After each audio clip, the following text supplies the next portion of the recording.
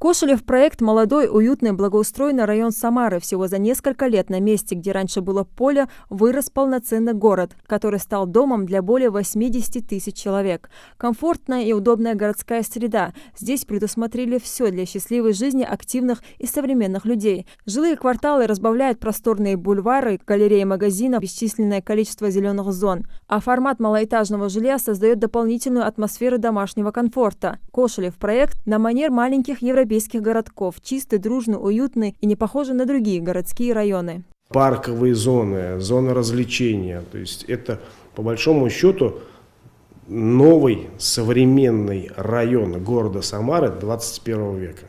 Поэтому у нас в 2017 году стартует множество форматов, и у людей будет гораздо больше выбора, гораздо больше возможностей приобрести себе в первую очередь по доступной цене, но уже разноформатные объекты, разноформатное жилье. Создатели проекта знают, в чем действительно нуждается современный городской житель, поэтому еще на этапе проектирования особое внимание уделили социальной инфраструктуре. Новые современные детские сады, школы, поликлиника, отделения банков и все необходимое для жизни находится в шаговой доступности. Одну из школ и детский сад микрорайона в ходе своего визита в Самару посетил и глава Ингушетии.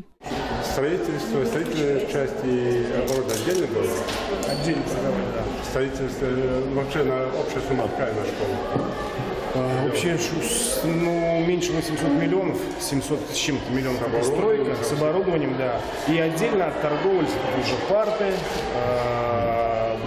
доски, компьютеры, да. Это вне 800 миллионов? Это вне, да. Эта программа всерьез заинтересовала главу республики. По его словам, такой проект также можно реализовать и в Ингушетии, причем по меньшей стоимости. Он поручил разработать молодежную программу и соответствующую документацию. Проект, по мнению руководителя региона, заинтересует многих инвесторов. Здесь, если мы с инвестором договоримся, то есть инвестор строит два дома. Один дом строит для себя инвестиционно, чтобы он заработал, а второй дом стоит там... У нас сейчас по молодежной программе 70% софинансировано, так, у молодых семей.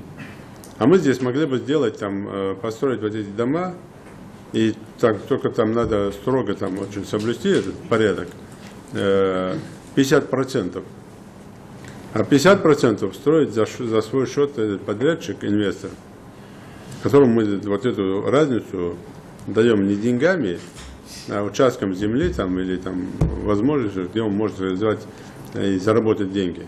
Глава республики дал Кабинету министров определенный срок на изучение программы совместно с муниципалитетами и поручил подготовить соответствующие предложения. Изучите этот опыт, посмотрите, и я вам там месяц срок даю, где могли бы уже начать эти пилотные проекты. Здесь уже главам администрации надо в виде поручения направить бумагу, и до месяца, там, в течение месяца изучить, инвесторов подыскать, площадки подыскать, посмотреть. Например, в Сунже там видно, там известно, где эти площадки. В других местах, где эти площадки, где можно дома ставить. Проект строительной корпорации служит успешным примером реализации программ доступного жилья на массовый спрос. Привлекательность такого подхода уже доказана практикой. Квартиры в новых районах пользуются высоким спросом у покупателей. Если проект будет реализован, то удобное местоположение домов и социальных объектов позволит молодым семьям Ингушетии жить в комфортных условиях и по доступной цене. Лейла Гайсанова, Новости 24.